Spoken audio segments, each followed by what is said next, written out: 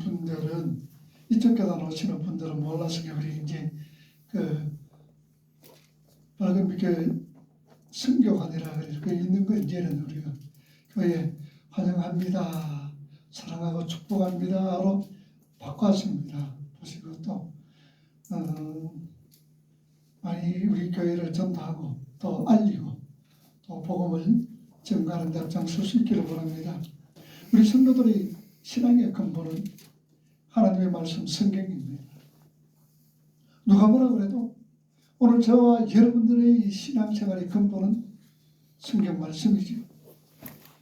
그래서 모든 성경은 하나님의 감동으로 된 것으로 교훈과 책망과 바르게 함과 의로 교육하기에 유익하는 이는 하나님의 사람으로 온전하게 하며 모든 선한 일을 행하기에 능력을 갖추게 한다. 이 같은 이 성경의 근거를 귀담아 듣지 않고 내 자신의 삶에 허물과 죄를 돌이키지 않는다면 오늘 말씀을 통하여 주시는 하나님의 말씀을 우리는 되새겨야 할 줄을 압니다. 우리가 1절 말씀으로 한번 봅시다. 내가 이스라엘을 치료하려 할 때에 에브라임의 죄와 사마리아의 악이 드러나는도다. 그들은 거짓을 행하며 안으로 들어가 도둑질하고 밖으로 떼어 노략질하며. 자, 하나님께서 이스라엘을 치료하시고자 하였다라는 것은 다른 말로 죄 문제를 해결하고자 하였다라는 말씀입니다. 그들의 불순종, 우상숭배, 또한 사회적인 악과 도덕적인 악 등 뿌리 깊은 죄 문제를 치료하신다는 것을 의미하고 있습니다. 자, 그렇다면 하나님께서 그들을 어떻게 치료하실까요?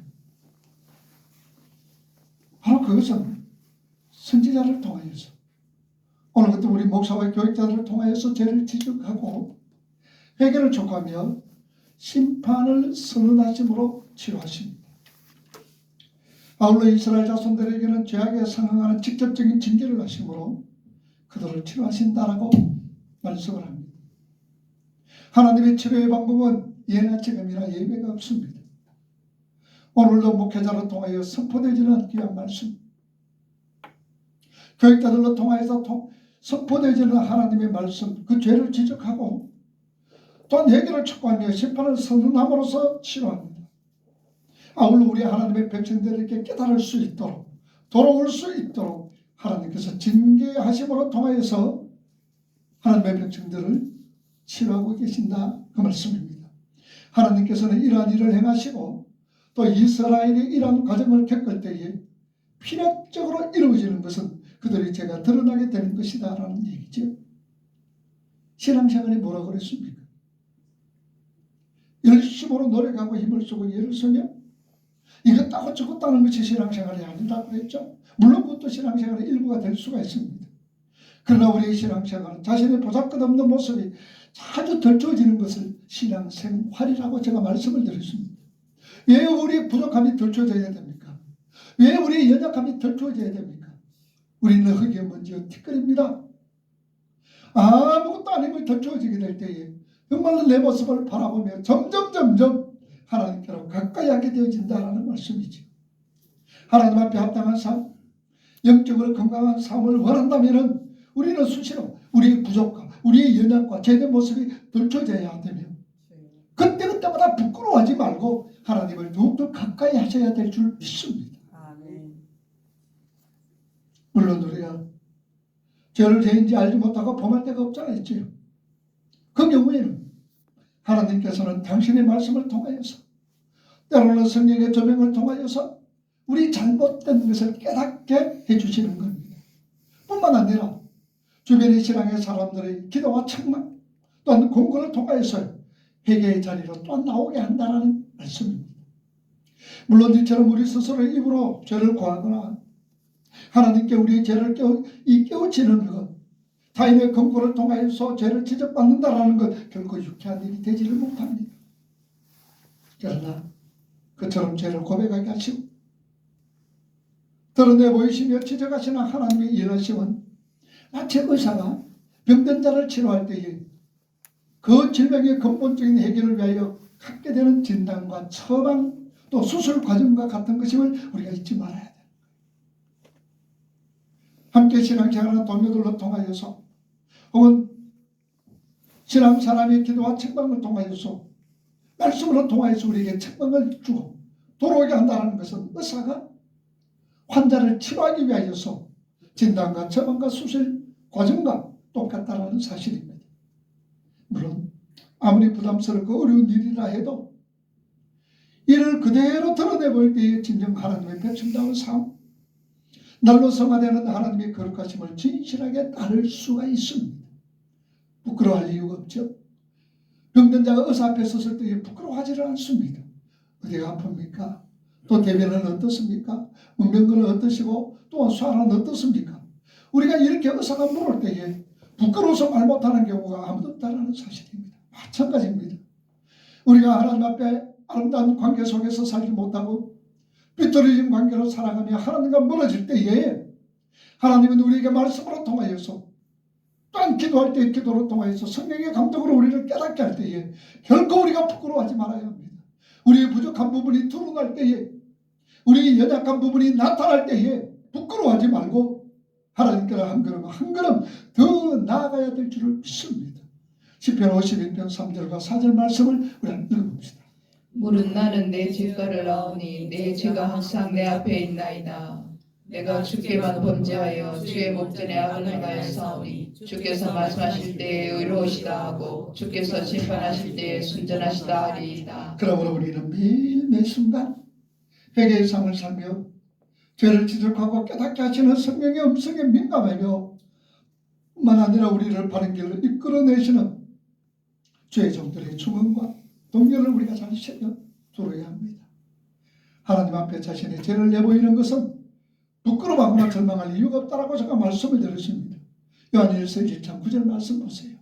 만일 우리가 우리 죄를 자백하면 그는 미쁘시고 의로우사 우리 죄를 사하시며 우리를 모든 불의에서 깨끗하게 해주십니다. 부끄러워할 이유가 없죠. 절망할 이유가 없습니다. 그럼 미쁘시고 의로우사 우리 죄를 사하시며 모든 불의에서 우리를 깨끗하게 하신다라고 성경은 우리에게 분명히 말씀을 하고 있습니다.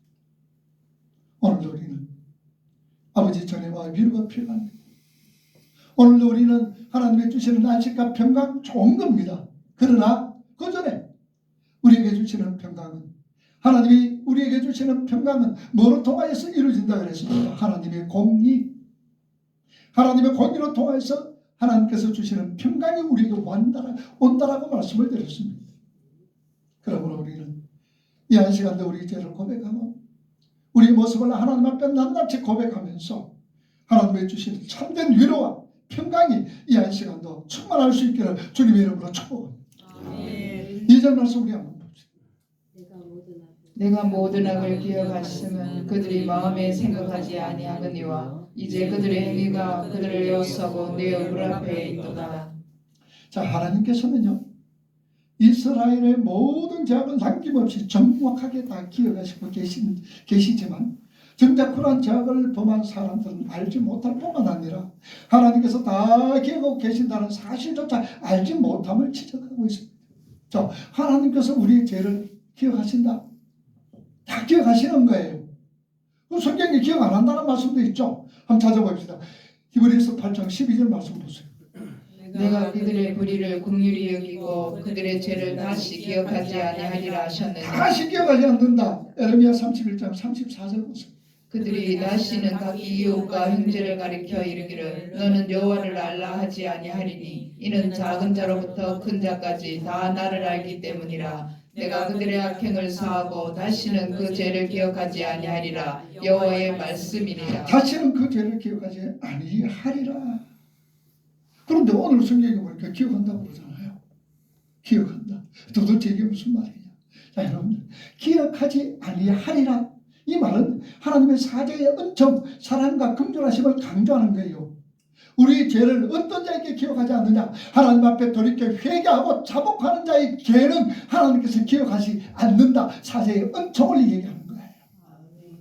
그러면은 우리가 하나님 앞에 범죄한 죄를 자백도 하지 않고 고백도 하지 않고 회개하지 않는 것, 그것까지도 하나님 기억하지 않는다는 말씀 아니에요. 이 말씀은요 하나님의 전지전능을 말씀하시면서 하나님의 공의를 강조하는 거예요. 하나님께서 기억하신다라는 것은 무엇을 강조한다고? 하나님의 공의. 하나님께서 우리의 죄를 기억도 않는다라는 것은 뭘 의미하고 있다고? 사랑과 사죄의 은총을 강조하고 있다는 사실입니다. 그리고 우리가 봅니다. 하나님이 우리가 잘못된 죄를 하나님이 기억해야 안 해요? 우리가 잘못을 범한 죄 기억합니까? 안 합니까? 기억합니다. 그러나 하나님 앞에 만일 우리가 우리 죄를 자백하면 고백하면 저는 미쁘시고 의로우사 우리 죄를 사시고 모든 불의에서 우리를 깨끗하게 하신다. 그러고 나서는 기억해요? 안 해요?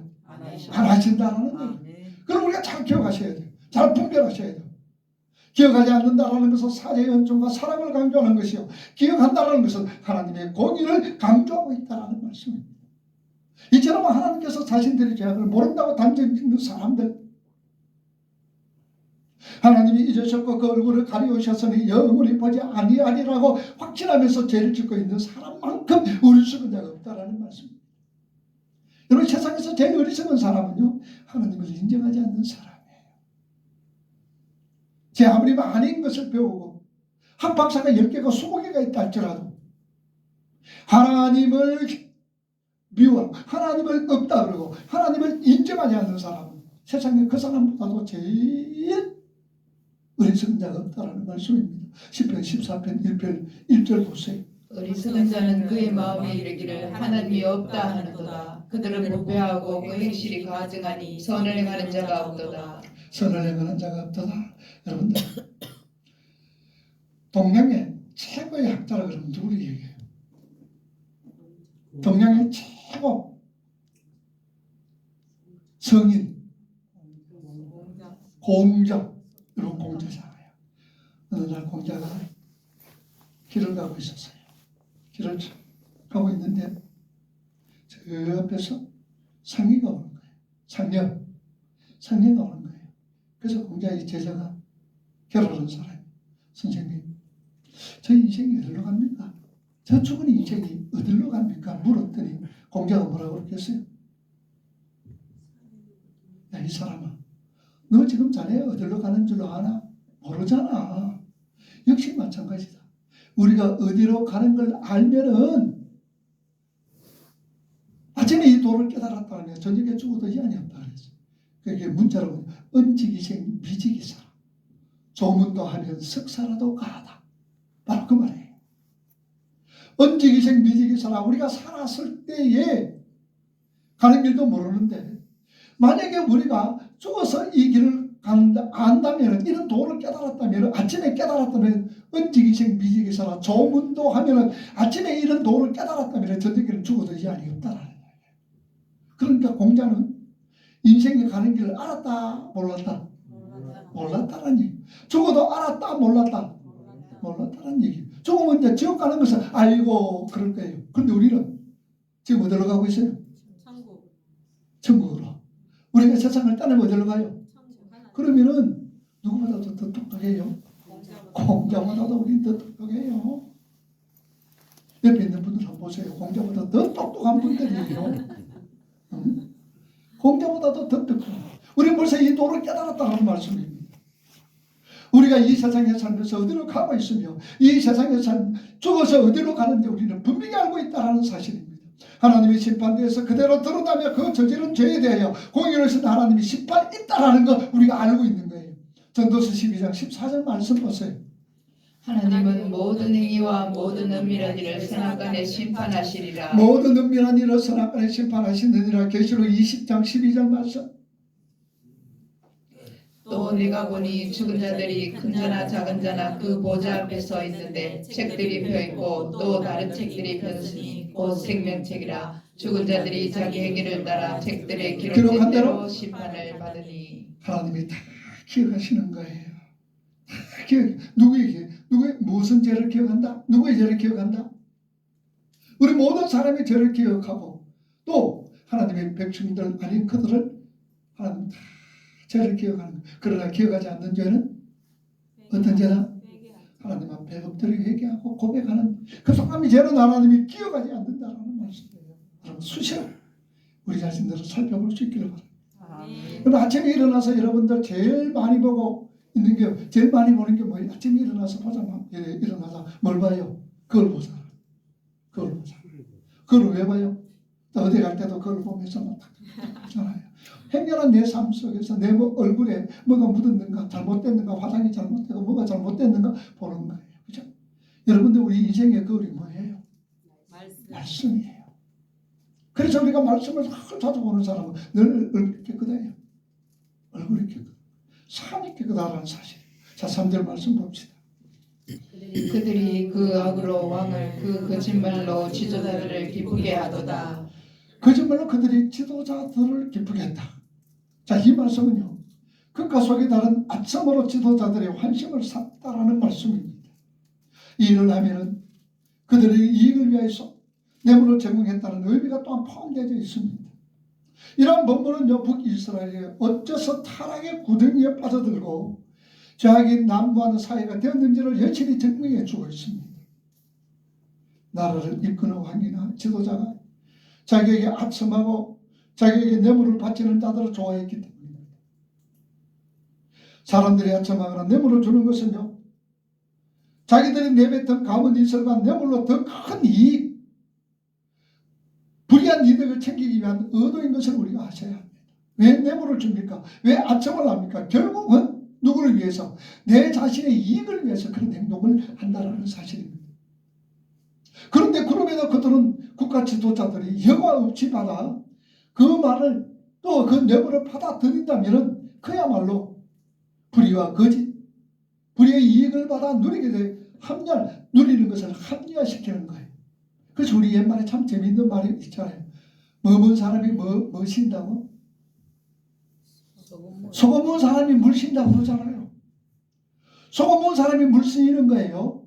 뇌물을 받고 아첨하는 말을 듣고 뇌물을 먹는 사람은 끽소리 못하는 거예요.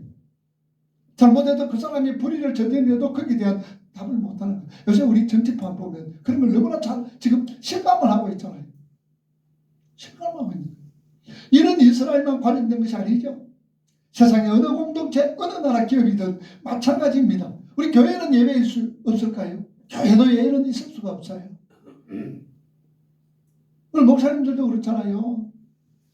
세무를 하다가 좀 번듯하고 또 헌금도 많이 하고 또 사회적인 지위도 있는 사람들이 교회에 다 와서 그 사람이 목사님에게 막 많은 것을 내드리고 오면은 목사가 거기에 홀딱 넘어가니까 그 사람이 하는 일에 대해서 전부 다 잘하든지 못하든지 간에 박수 치고 그 사람들 빌어주는 거잖아요.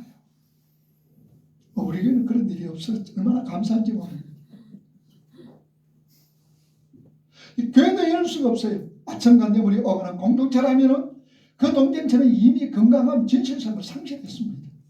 기초부터 서고 결국 파멸에 이르고야 만다는 말씀입니다. 그런 교회는 결국은 말썽 일으키는 거예요. 교회가.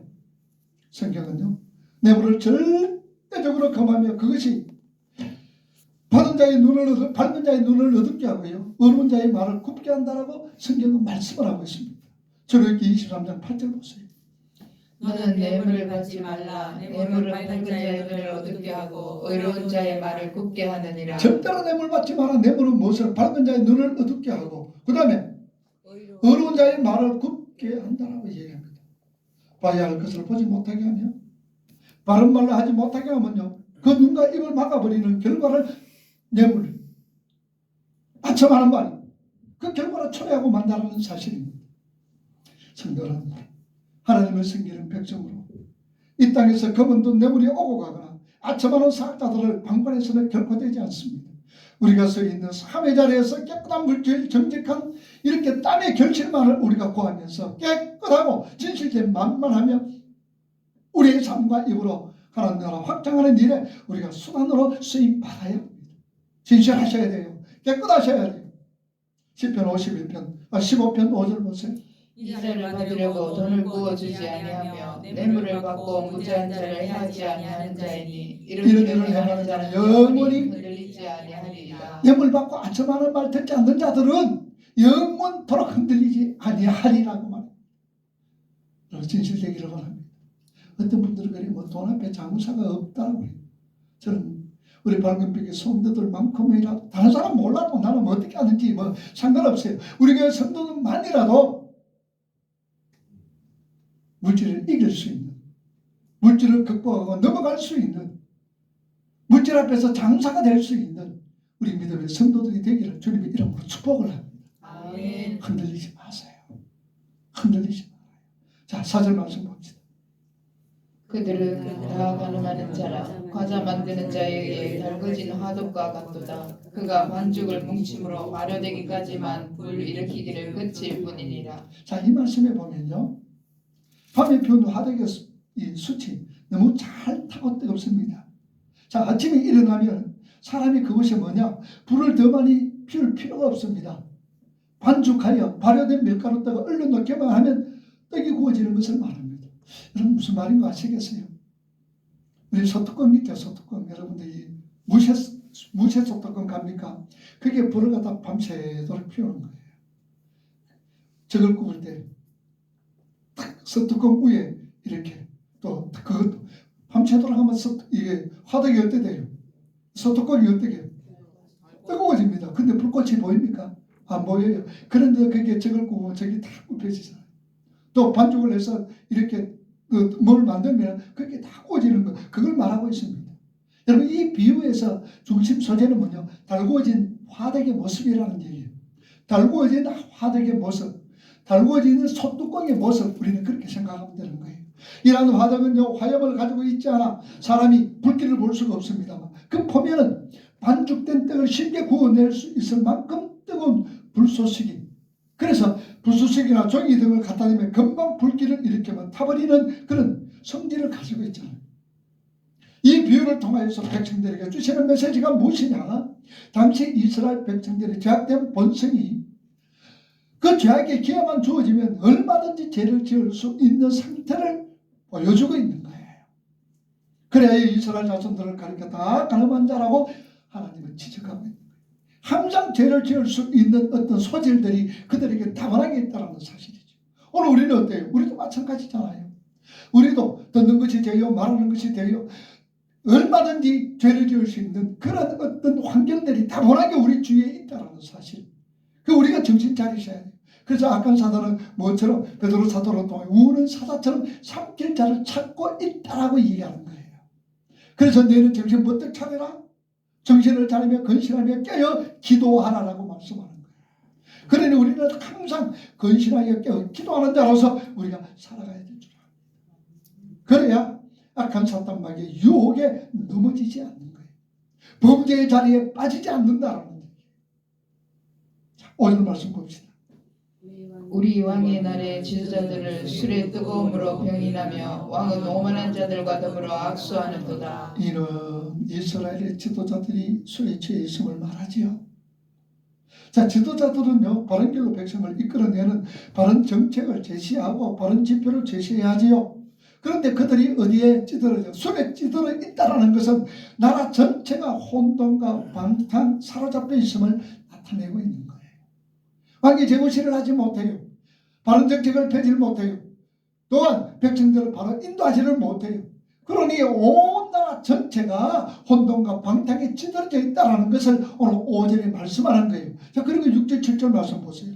그들이 가까이 올 때에 그들의 마음은 강교하며 화덕 같으니 그들의 분노는 밤새도록 차고 아침에 피우는 불꽃 같도다. 그들이 다 바닥같이 뜨거워져서 그 재판장들을 삼키며 그들의 왕들을 다 엎드러지게 하며 그들 중에는 내게 부르짖는 자가 하나도 없도다.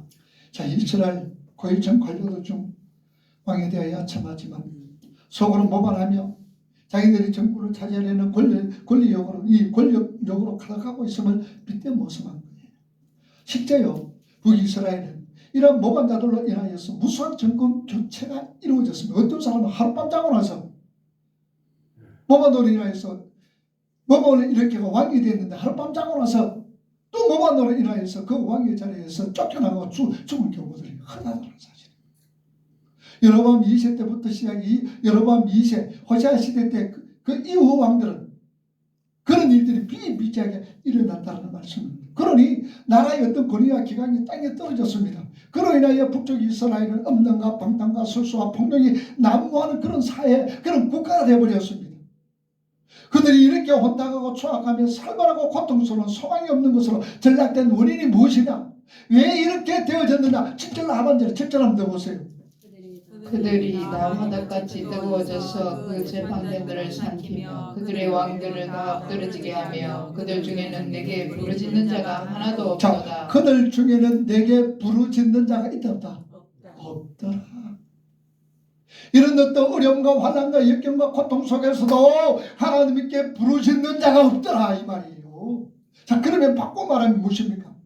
이 나라가 혼돈하고 어렵고 힘들고 괴롭고 우리 삶 속에서 엄청난 괴로움이 있을 때는 누구를 부르짖어야 돼요? 하나님께 나아가서 하나님께 부르짖으라는 말씀입니다. 이렇게 이 사회가 혼돈하고 내 삶이 힘들고 어렵고 고통스러워도 하나님 앞에 부르짖는 자가 없더라. 더 구렁텅이에 빠지는 거예요. 그러나 내가 어려움이 있고 환난이 있고 역경이 있고 고통 속에서 이 사회가 죄악이 번영할 때에 우리는 누구에게? 하나님께 나가서 하나님께 부르짖어야 된다는 것을 오늘 말씀하는 거예요. 아멘.